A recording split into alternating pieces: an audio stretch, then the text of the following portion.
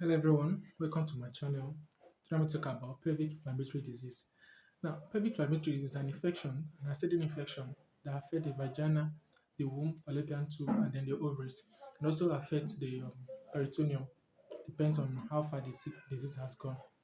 Now, pelvic inflammatory diseases are caused by bacteria which are sexually transmitted. Example is gonorrhea and then chlamydia.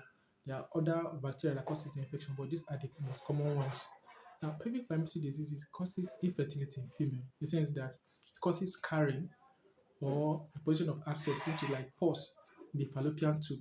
Also, so when the fallopian tube is blocked, the egg cannot. When the egg is released, it will not be able to move down. And when there's sperm, also sperm will not be able to go and meet the egg, so it causes infertility.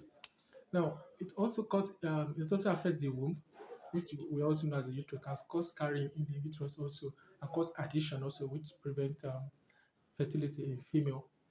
Now, it can also lead to ectopic pregnancy. These are certain things that pelvic inflammatory disease can cause when they are not treated on time. The symptoms that are actually common is lower abdominal pain.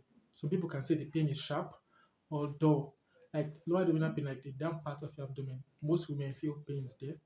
And then some people feel pain during intercourse. So the lower abdominal pain increases during intercourse or during menses. Normally, painful menstruation also points towards that also. And I said earlier, during intercourse, some people feel pain, which is actually not normal too. So people also bleed during intercourses. There are also vaginal discharges. The vaginal discharge can be foul smelling in some people, while some people it's thick and yellowish. No, there are normal vaginal discharge which women know that it's normal to them, but this one is foul smelling and then at times it's also yellowish. Then there's fever. Now most women complain of fever when they're having these diseases. Now there is vaginal bleeding. Now this vaginal bleeding can be due to irregular menses or intermenstrual bleeding, while some people bleed after sex, which is postcoital bleeding. And then there's some people that witness spotting. Now, all these are pointers to pelvic inflammatory diseases, which you should not ignore. Then there's a painful urination. Now, when some women go to urinate, they feel pain while urinating, or some they feel this hotness while urinating.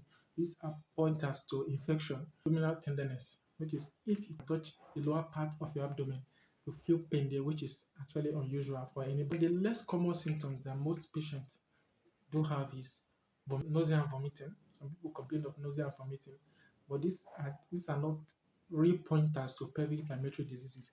But some patients have all these symptoms also, which is complain of diarrhea, some complain of headache, some complain of back pain. These are not typical for pelvic inflammatory diseases, but some patients do complain of this.